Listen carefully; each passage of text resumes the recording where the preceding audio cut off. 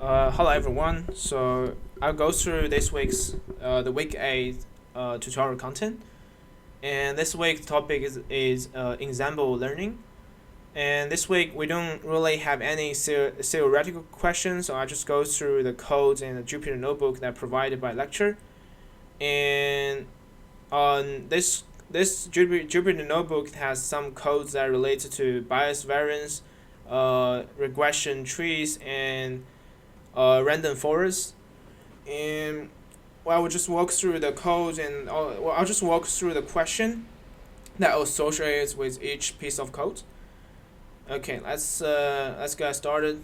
So uh, overview. This is just saying what we do in this Jupyter notebook. What we're doing in this tutorial. I've already gone through it, and blah blah. It's saying that we're gonna use Seaborn for visualization and Matplotlib for plotting. So those two are very common used packages for plotting and visualization. And just saying you need to install this if you want to run this notebook locally. Okay, nothing special here. And then first session is bias and variance. And the first two questions is how could bias to be observed in the estimation of error for a learned model, and how could variance be observed in the estimation of error for a learned model. And firstly, I just want to point it out that the error here is means in. So when you're thinking about error for a model, it's basically means that the testing error instead of training error. So when we evaluate how good, the error basically there's two types of error. One is training error, another is a testing error, and depends on sometimes you want to tuning your hyperparameter. You have this validation error as well. So when we normally talk about how good or how bad a model is, we normally talk about this testing error. And this testing error is tested on unseen data. So that's sort of can be considered as a generalization error. And this is also what does it mean when we talk about generalization error. It means that the error that produced by unseen data, which is our testing data. So how could bias be observed in the estimation of error for a learned model? So basically, the bias can be observed through that you found out your model cannot. You found out your model have very bad training error. So you have very high training error. It normally means that you collected some data and you use those training data for you use those data to train your model, and your model cannot really predict well on your training data. It normally means that your model is not complicated enough, or your model is not good enough, and he can't really. Even you give your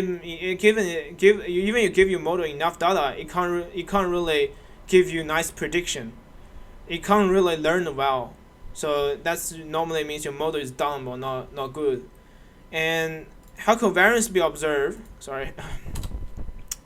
So variance is observed through that your model is really good, your model is really smart, and your model can predict almost 100%, like 90% most of the time on your training data.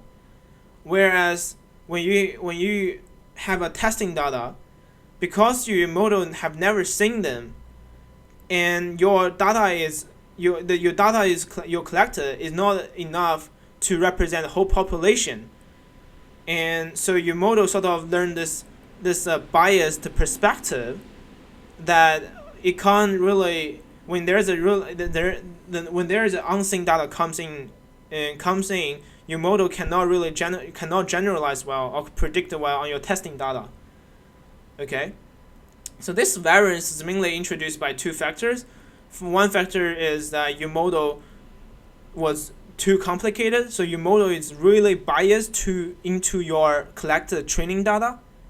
But at the same time, your training data is really just a small portion of your population. And sometimes depending on your sampling technique, your collected training data might be super biased as well. So think about if we want to predict the heights of all the human being, and you only collected the data that's from the kids, right? Then your model that trained on your kids the height data will be thinking the human height will be really short because most of kids are pretty short. Even the kids these days are really mature, very tall. Someone is not taller than me, but you get point. So yeah, it's like the variance is introduced by two things. Either firstly, your model is really biased to your training data, and secondly, your training data is really just a small portion of population. And depends on your sampling technique, the training data might be really biased towards group of demographics in your data as well. Yeah, so that's how can you observe the bias and the variance. In this session, just some code to visualize. It used a nonlinear regression example to help you to visualize the bias and variance. So this picture which shows that this is our data, and we're trying to perform a regression. And as I said, the high bias model are normally dumb model, or normally like they can't even fit well on your training data. So if it's a fitting, if it's like a relative idea. So if it doesn't fit that well, if it doesn't fit that well, it's okay. So sometimes it's like there's a balance, you know what I mean? Sometimes you can't be too underfitting, and also you can't be too overfitting. So in the picture on the left, it's apparently it's too underfitting because this thing should be something that looks like a curve or non-linear model, but we just use a linear model. Then apparently that's gonna be introduce a lot of bias. Okay, it's because it's just our model is too bad, and it will introduce a lot of training error. And at high variance model case, it's just like our data cannot represent population, but our model is fitting too well on our collected data. So in terms of training data, yeah, we have very low training error. But if we have some unseen data or we have some tested data, it will introduce lots of error. So that's a problem with high variance. And though both so high bias model depends on your model. So basically, when you think about this, when you have a high bias model, what do you want to do to improve the performance? You make your model more complicated. But for high variance model, there's normally two approach. One way is as I said, we collect more data. So our data can represent the whole population, and even in some cases, we can collect data from whole population. And then, if at this case, it's actually okay. Like our goal will be to being as overfitting as possible, right? Because we already have the data from whole population. Even we collect new testing data, those data will be already seen by our model during the training. So that's why for high variance model, you can increase your data size, and that can actually help with your variance error. And another way is to underfit your model. As I said, this is a balance. So when your training data cannot represent the whole population, you don't want your model to be too biased towards your class. You don't want your model to learn your biased data too well, that in a way that when there's unseen data, is most likely will predict it wrong or predict it incorrectly. Okay, this is like so there are two ways to reduce high variance error. Firstly, you reduce your model complexity. Second way is you increase your data size. Okay. So yeah, that's bias and variance trade-off. So, and this is normally when we talk about trade-off, it just as I said, there is sometimes this trade-off happen in terms of complexity of your model. So if there's a balance, if you're gonna sacrifice some of bias for lower variance, and at the same time you're gonna sacrifice some variance for your bias. This is this like where this trade-off happen. And to lift up this curve to trying to reduce, is like the dilemma that we trade bias with variance. But to get rid of dilemma or trying to find a better solution, it's just by we collecting more data. Okay, you can think of like that. And bias trade-off matrix. Okay, yep. So let's go through this session. This session plot two graphs. And what's happening here is we found out for high bias model, our training score R2, this R2 score is 0.70, so 0.70, and the validation score is 0.74.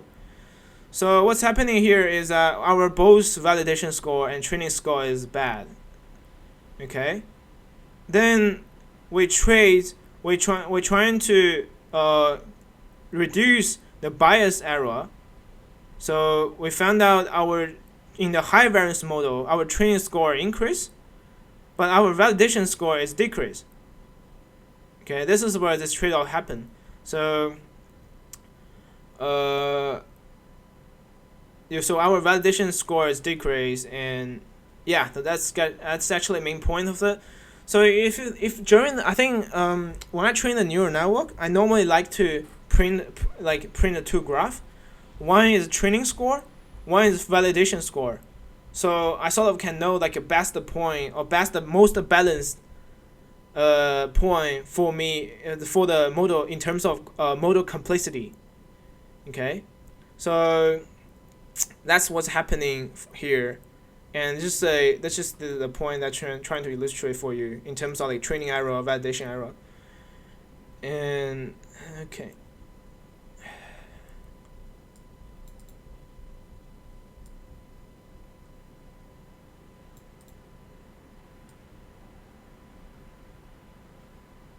Yeah, so when you're seeing something like that, when you find out your training score is really high, but your validation score is really low, or in another words, like your training error is very low, but your validation error is very high. It means you're overfitting.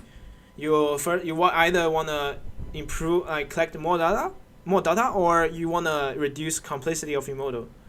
And for high variance, when you have this training score, like your training score, both of your training score and the validation score is very high.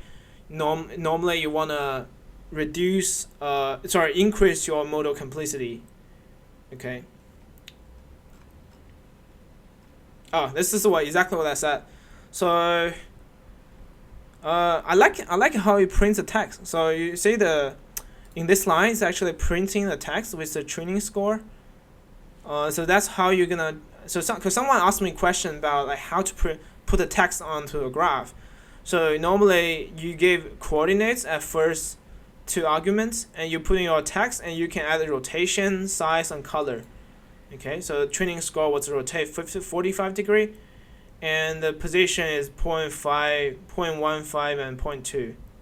Okay, yeah, just some side question about how to put on text on the graph. But yeah, so this is exactly what I said. When I'm training a neural network, I normally like to have this two score. One is validation, one is training. And I'm trying to find when validation is maximum. Okay. So this gives me the best model complexity. Okay.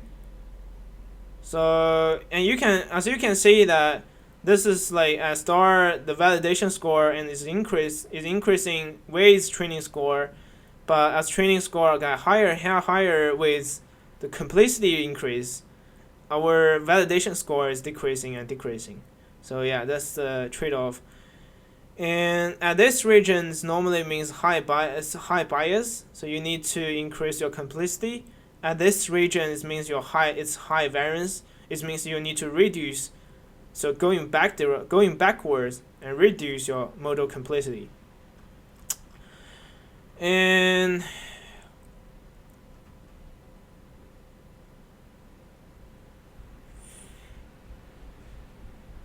so this is a learning score. And this session is saying that So this session saying the is sort of like when you increase your training set size. So what's happening here is that when you're increasing your training set size, your validation score become increase, and your training score become decrease. Okay, so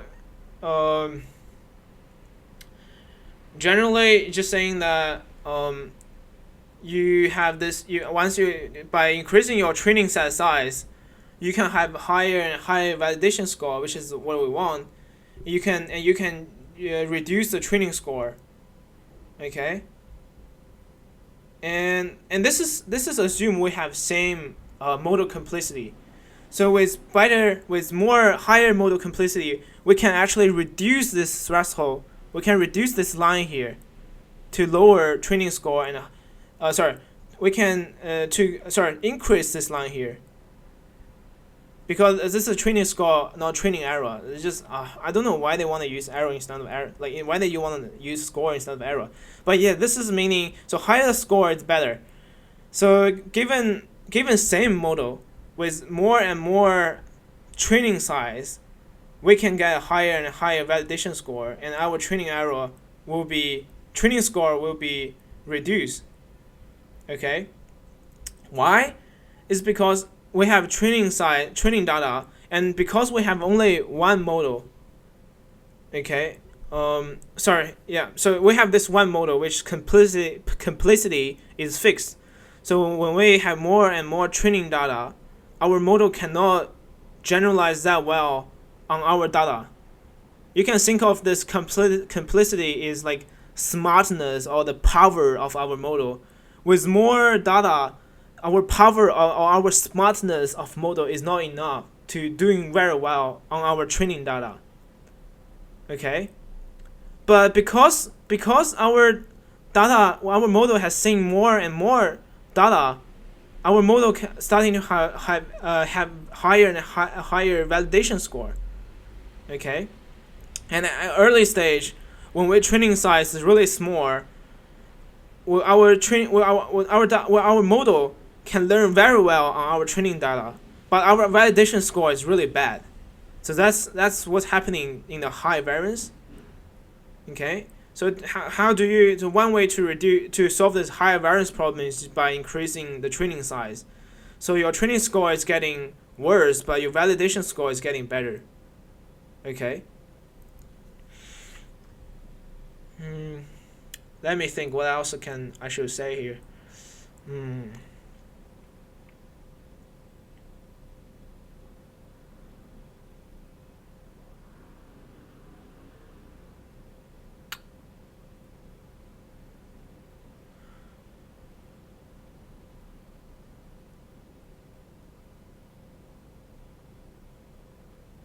Okay, and you see there's this thing sort of being like, if I ask you a question, can validation score higher than training score?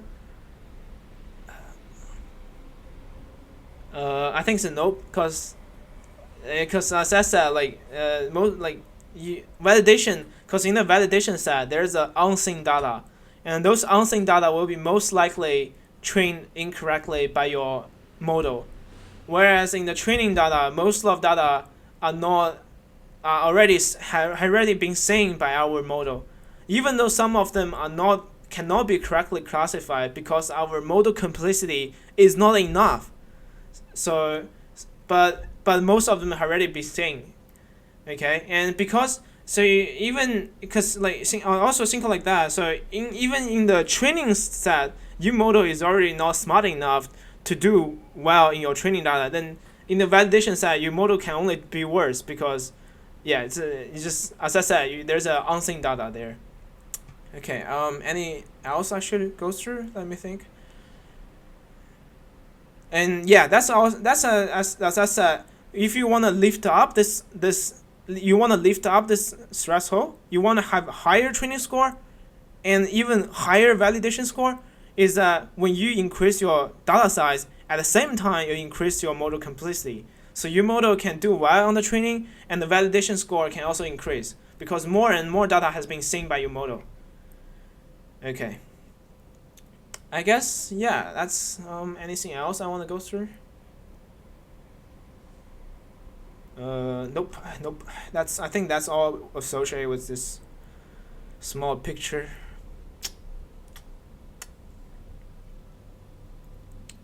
Yeah, high bias learner tends to underfit, high variance tend to overfit. This is summarization, but it's just it is just a general guide. Okay, so it's not absolute. Okay, then we have the decision tree example. So this is our, firstly we initialize this amount of data with four clusters, and we make these make decision trees with higher and higher depths, which shown on these 4 pictures. And so this session is talking about decision tree overfitting. So what kind of problem do you think decision tree is likely to have when the depth goes deeper? Okay. So the problem is easy to say that it's easy to find out the problem is just overfitting, right? So this 2 pictures shows very well. So what's happening here is we have original data sets here, then we split our data to half. So each cluster was split to half, and we train our model on half of the original data set. So one half is shown by this picture, another half shown in this picture. So you can see the 2 data points also different. So you see the yellow dots, the yellow cloud, and this yellow cloud is different. And this, if you overlap these 2 yellow clouds, you found out this will be form this original red cloud. Its colors keep changing. Oh shit! Like so this red color is just the yellow color. Yeah. Okay. And once you go deeper and deeper, you found out the region that where the cluster mixed together cannot be correctly classified. So that's a problem with overfitting. Okay, because you only got half of original data, and because your tree is really overfits this training data, and and you found out this pieces cannot be correctly classified anymore. This region. So think about this. You got this only half data set, and you put this your decision tree, and you apply this decision tree to your original data set. It will be performed really badly, right? Because it's just, and it also shows like unstability. So this unstability is also associated with variance. So you see this 2 decision tree looks significantly different, especially about the central region.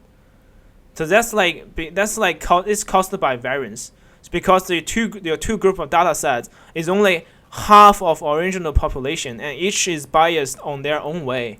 So when you feed a decision tree on this data, because it's a very there's a variance between these 2 collected data set, and your decision tree is also showing their variance in terms of structure in this local region. Okay. So yeah, what's kind of problem? Decision tree goes deeper, overfitting. And what do you think is going on in this visualization? What do you think can be done to improve the result? Okay, this clearing down some spaces, 2 trees produce consistent results. So yeah, because we still got half data, so most likely our decision. Think about this: instead of half of data set, if we just get like 5% of our original data set, our decision tree will be really biased towards that small portion of data set, and that decision tree will be performed really badly on original data set. Okay, and the unstability, and because this 5% of original data set will looks very different with say another random 5%, then your decision tree will be very different as well. So this is like instability. And even though our data sets all sample from same population or from same cluster, same 4 clusters, sorry. So it's the same. It's just each data point is same in their own cluster. Okay. And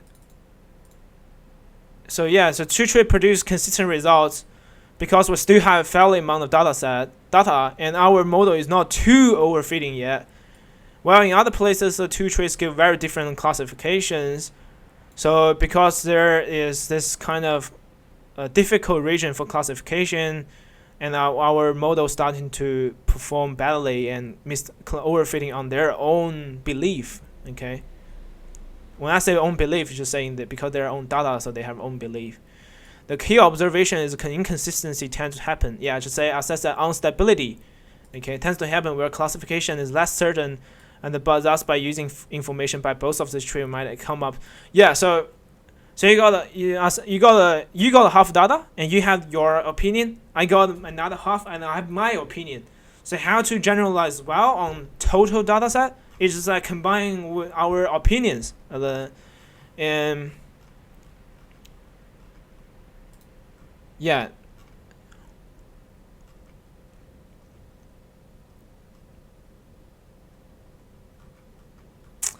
so that's what I'm saying, that you combine both of the trees to come out with better result.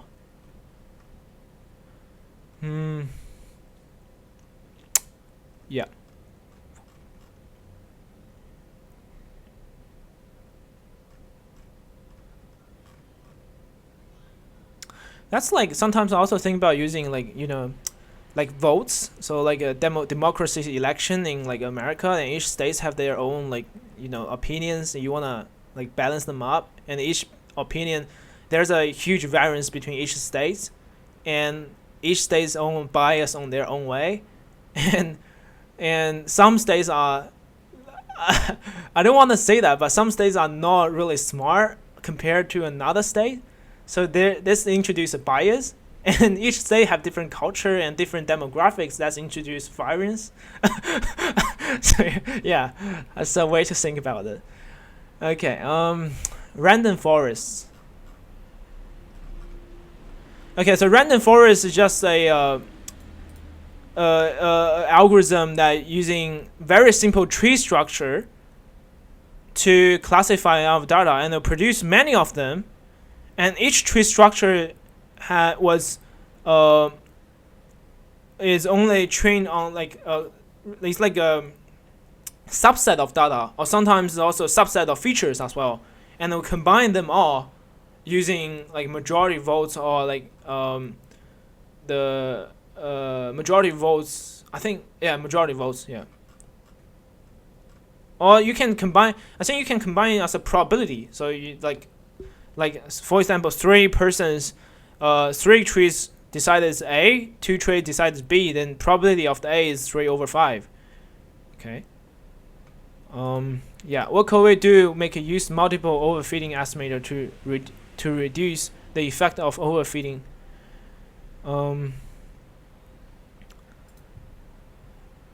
So what we can do is just we produce an example, combine different models, and to produce this combined idea. This notion that multiple overfitting estimators can be combined to reduce the effect of this overfitting is that what underlies an ensemble method called bagging.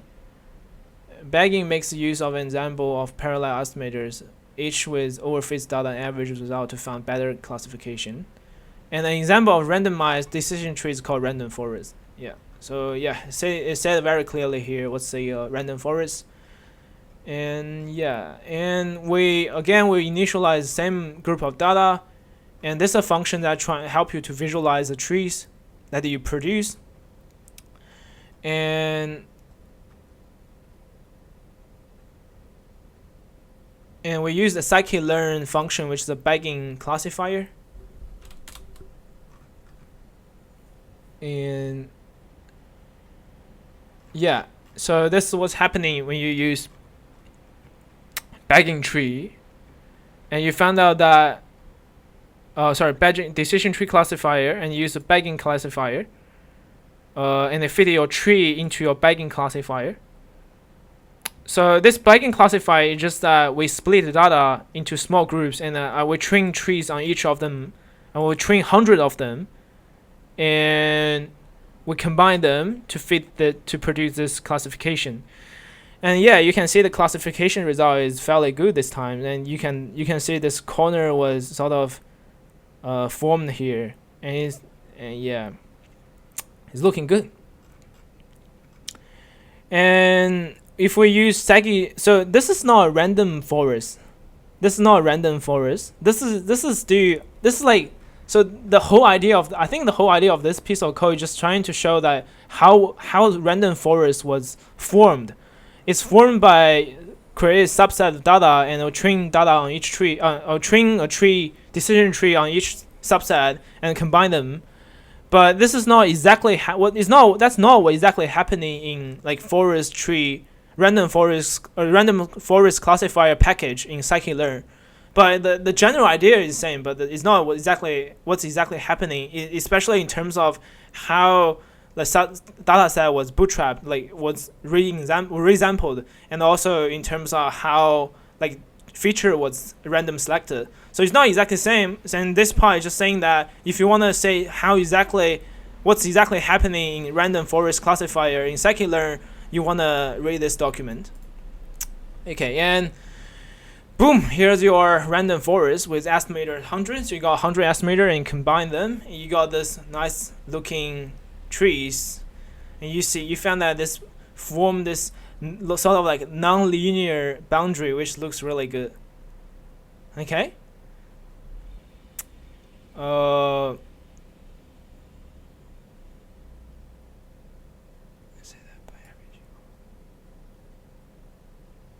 Yeah, by averaging over 100 randomly perturbed models, we end up with overall model that much closer to our intuition about how parameter space should be split.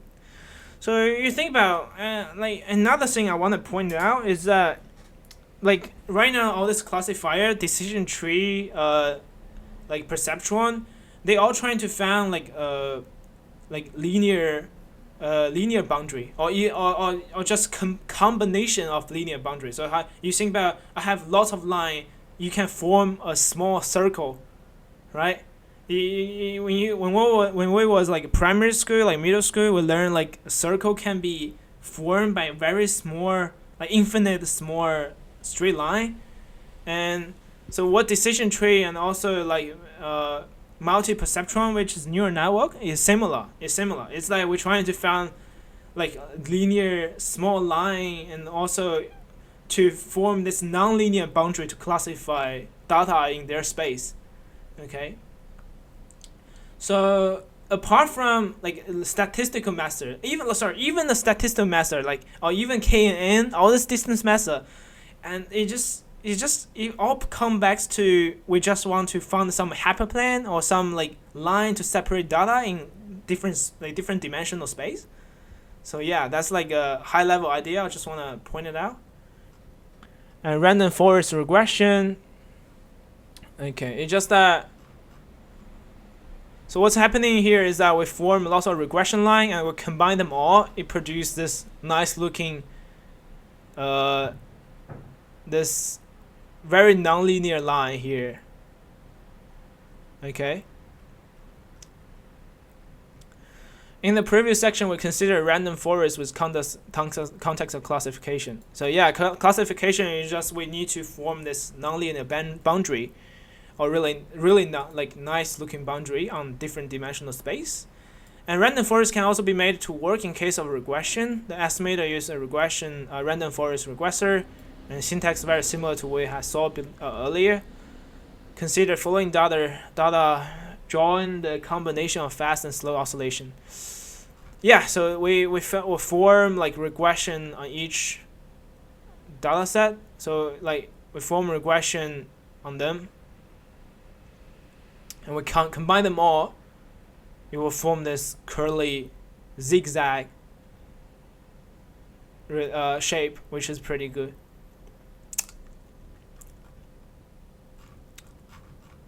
Okay, then we're trying to use random forest for classifying digits. Okay. So with low digits, we plot the figures, and we use cross validation. We split, train, and test. We use random forest classifiers.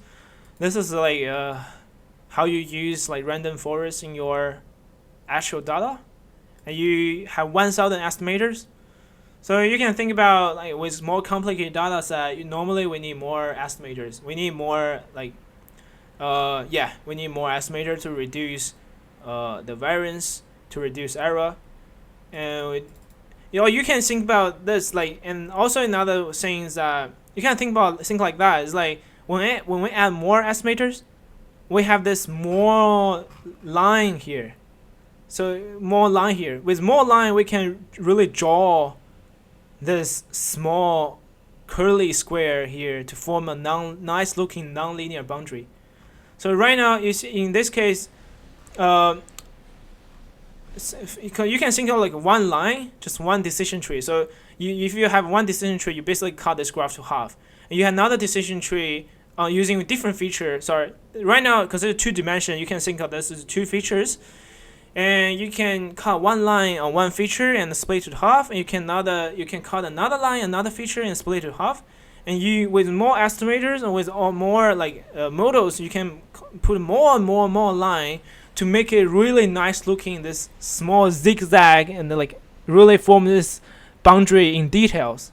Okay, you can think about like that. Like if we have like million estimators, then we have this almost like curly shape, like very curved shape here. So this will be a like small curve shape, and this will be of course lots of part will be still linear because our model still think this is the best line to split them, but in this part they will give a like very smooth linear curve here and linear curve here.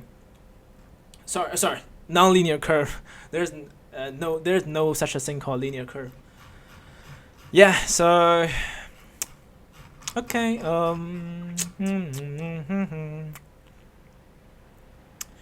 And this shows result of your classification. Okay, you can see the majority of are all correct. Only some of are misclassified. Okay, only very few. And this generalize some precision recall and F1 score for your prediction for each number. Okay, and you create your model here, you fit the model here, predict your model here. 3 lines of code, easy. And predict your heat map, draw your heat map, confusion matrix, put your matrix into the heat map, SNS will plot for you. You got this nice looking confusion matrix here.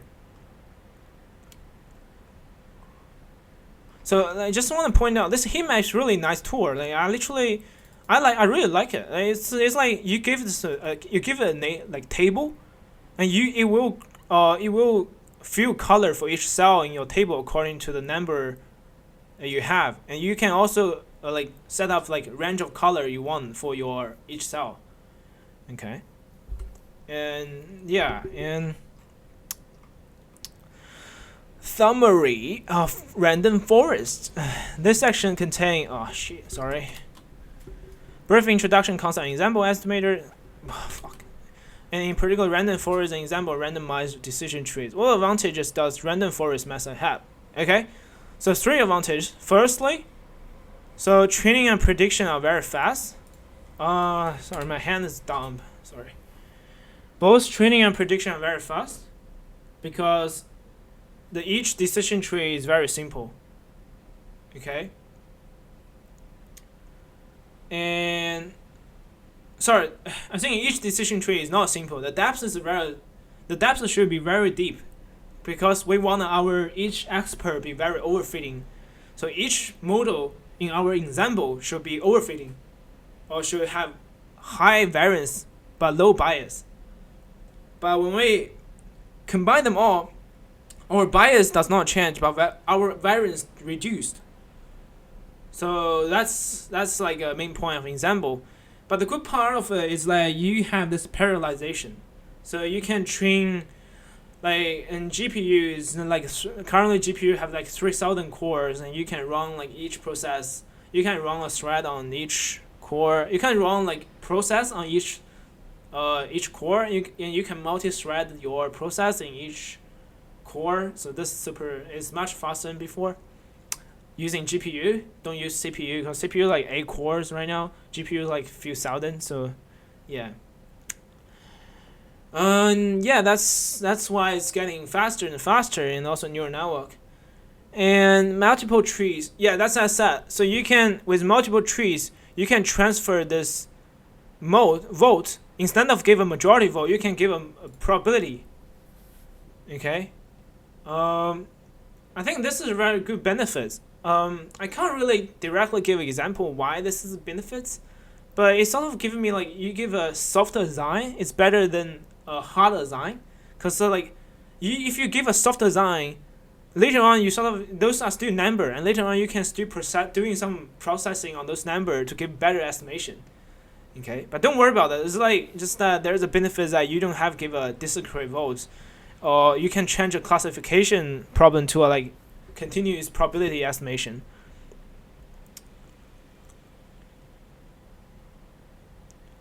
So this is a non-parametric model. So non-parametric model is that there's no parameter that you assume, right? So in decision tree, we don't have any parameter we assume. It's not like Gaussian. We assume our data is Gaussian distributed. Then we have a mean, and then we have a variance. It's not like that. So non-parametric model is extremely flexible, and it's normally perform well on tasks that are underfit by other estimators. So yeah, so as I said, Gaussian mixture is one thing. It's like, for example, if you data, like for example, for looks at this data clusters, you might find that this is pretty good, because it looks like it looks like there's a 4 cluster. Each cluster is a Gaussian, and with the mean and the variance, if you use Gaussian, it's still alright. You can make a Gaussian mixture, 4 Gaussian mixture, and each 4 location, then that's still good. But if they mixed up together, the Gaussian would be really bad, which would be totally underfit. Even you give enough data, it still be underfit. But with as I said, with this decision tree, if you have lots of estimator, it can produce this nice looking non-linear sort of like boundary. Even it's still like, it's like formed by small squares, like small edge. But with lots of them, you can make like very nice looking non-linear the boundary. So decision tree is a very powerful like random forest is a very powerful algorithm. It's almost, I would say it's all before, is like all the state of art algorithm was like random forest until after neural network, and neural network adopt very similar like ideology from decision tree and the random forest.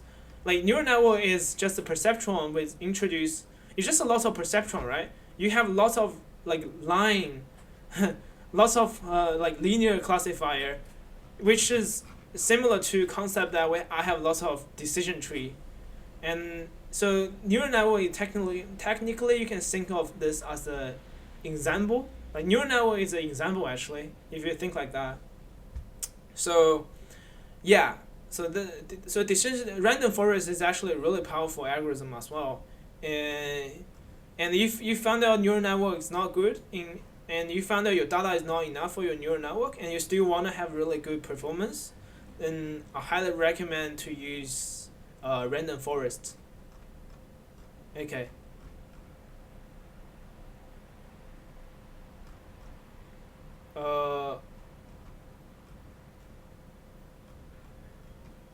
Yeah. So that's sorry for the scrolling here, but yeah, that's basically for bagging. So bagging is a part of Ensemble with Bootstrap technique. Sorry, I haven't gone through this part. So what's advantages? What the disadvantages does a random forest method have? So lack of it's not very interpretable. which is not a big deal because many good algorithm, like if you want a machine to perform better than human, and the many time the thinking style of a machine is different from human, right? It's like neural network. It's many neural network is also lack of like interpretability, so it's okay. Like, and many complicated algorithm is lack of the things, and because the model is very complicated as well, right? It's not like a statistical model. Like I make some assumption. I make assumption that okay, our model is a Bayes, follow like a Bayes principle. Like I can I can model a multinomial distribution. I can model a Bernoulli distribution, because those are very like those are our human thinking. We think they are something, and we make some decision, and make some model to fit our data. But like random forest and also neural network, we don't think there is a like this for a certain distribution. We don't make assumption, and especially a decision like neural network is really good because like machine like convolution neural network can learn the feature from the. We don't even have to generate like features, and the feature learned by neural network often lack of is also not very interpretable as well, from a human perspective.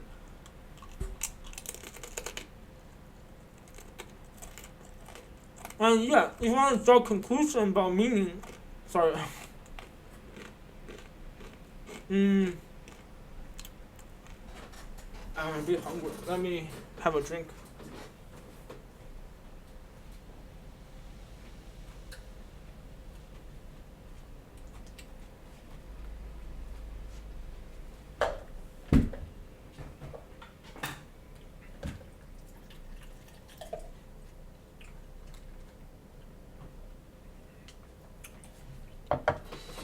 And about meaning, that is if you want to draw a conclusion about meaning of classification model, random forest may not be the best choice. Okay, so when do we normally need to draw the meaning of the classification model? Let me think.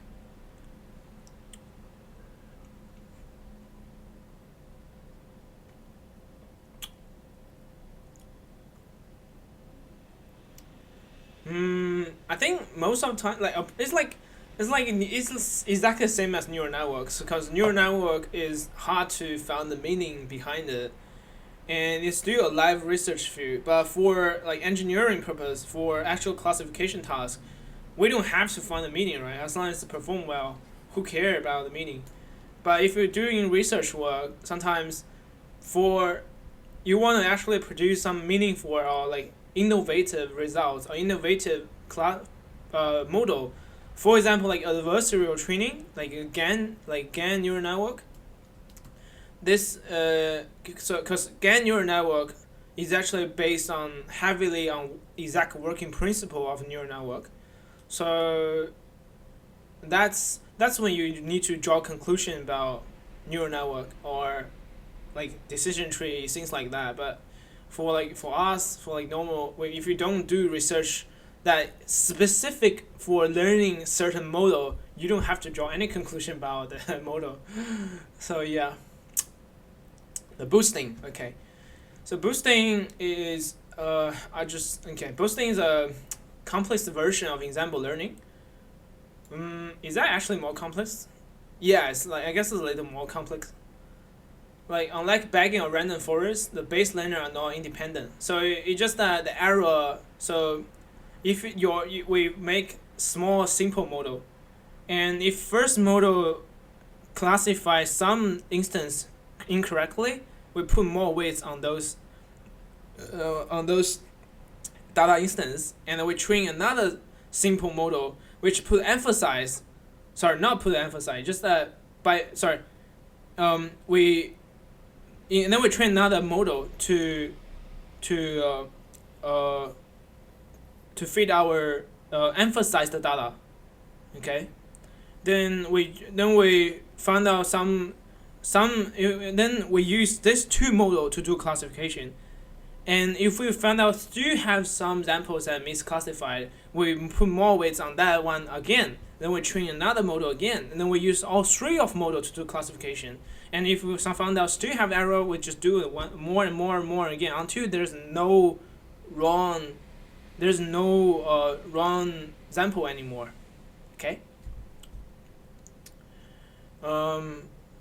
So yeah, on each boosting iteration, the error from previous iteration is used to reweight example before the current iteration begins.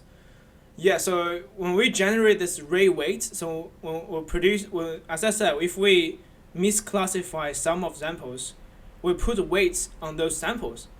The amount of weight is calculated on this slide. Okay. Sorry, the amount of weight is calculated using this. So new weights will be Wi times E lambda I, and lambda I is calculated here, and which associated with error. So that's why it's saying that. That's why it's saying that in each boosting iteration, error from previous iteration is used to reweight example before the current iteration begins. Okay. And then it gives an example at below. Okay, so it just then it shows the example here.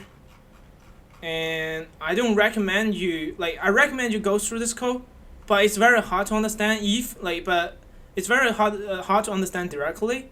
But the procedure of the code is exactly the same as slides from 1666 to slides 71. So it just, instead of this, if you look at this data table, it has 3 features with 1 label, and in this example, in this big long coding example, we have only 2 features. So this is 2 dimension, and we have only 2 labels. So positive and negative, positive, negative. Okay, and if you can compare these 2 and understand what's happening. That's be much easier. And I'll just go through what's happening in this example. And also, just let me look at what's this question. What can we see after each time we run boosting algorithm? Okay, let's just let me go through this example first. So what's happening here is that first we initialize a group of training data and testing data. Okay, the initialized code is here. So we initialize the training data, we initialize the testing data, testing class. So this is training data, training class, label class, whatever. Testing data, testing class. And this is what happening here. And we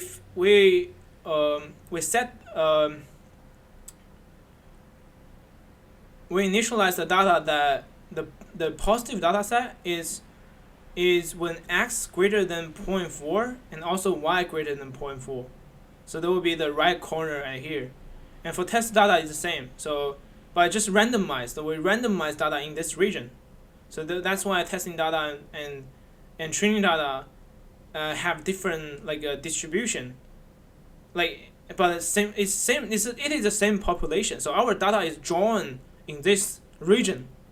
So positive is drawn from this region, negative drawn is from this region, but just we only draw 50 of them each, and that's why it's produce different location for observed data. So that's what I'm saying, that most of the time you can never collect whole population, because in the whole population will be infinite for this task data and training data, because as I said, our universe is infinite, and for this small space there we can draw infinite amount of data. Even we draw billion million data in this region, our model have seen billion million of them. There still can be the data that our model have never seen before. Okay. So that's what I'm saying. The where this variance come from, and this population thing, like what's the meaning of population, and yeah, let's go back to this example. So we got this training data and test data, and we start our boosting algorithm. So what's happening here is that firstly we're trying to draw a feed using feature 1. So feature 1 is x. So we use a stump decision tree on using feature x. So that will be a one line that cuts through that cut vertically, and split our data according to x greater than 0.4 and less than 0.4. And when this cut is chosen, that the error is minimum. Okay. And then we found out apparently some of data was misclassified, which is this group. Because if we just cut line here, this group of data will be misclassified, right? And we put more weights on this bit, and I'll switch to another feature, and I'll do another classification. And this time, because this group, the data in this region and got more weights, we got a horizontal line.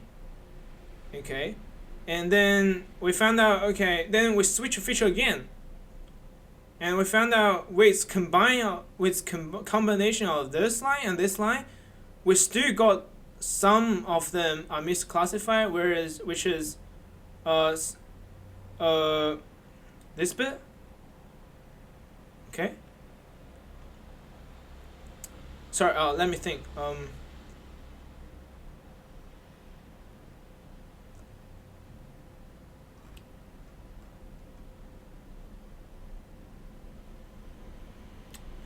Sorry, did I actually update it? Like, I think I made mistakes on.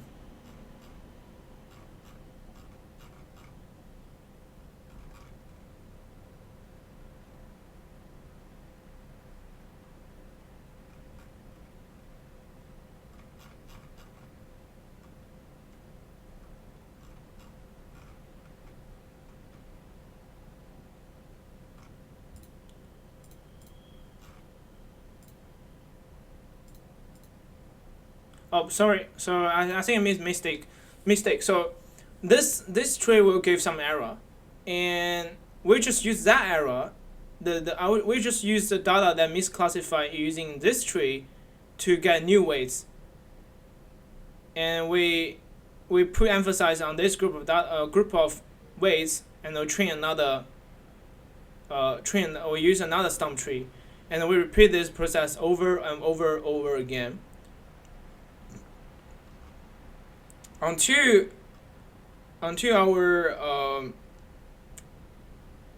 our error is really can become really low. And if we draw our testing error and training error here, our training error is actually become really low after just 5 iteration. After like around 6 iteration. So which is this one. So up to this stage, our error is become really low. And it's like when we do final classification, we do majority votes on over all of them. Okay, but just during the training, we use this weights update to train next stump or next tree. But when during the final classification, we combine them all using like majority votes. And the weights updation procedure is shown from slides 66 to 71. Okay.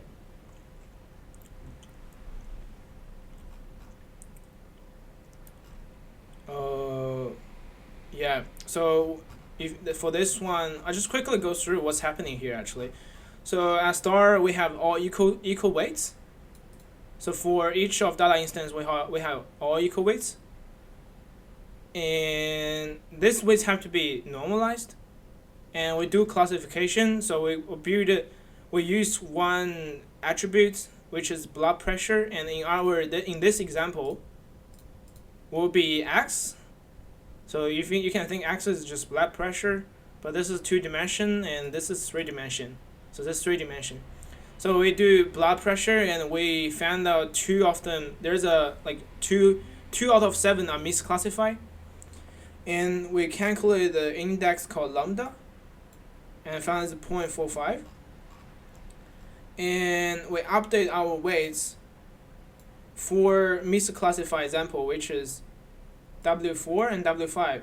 So example 4 and example 5, and we times e power lambda. So our updated weight 4 will be 0.22 and updated weight 5 will be 0.22. So just using original weights times the e 0.45. And now we have this then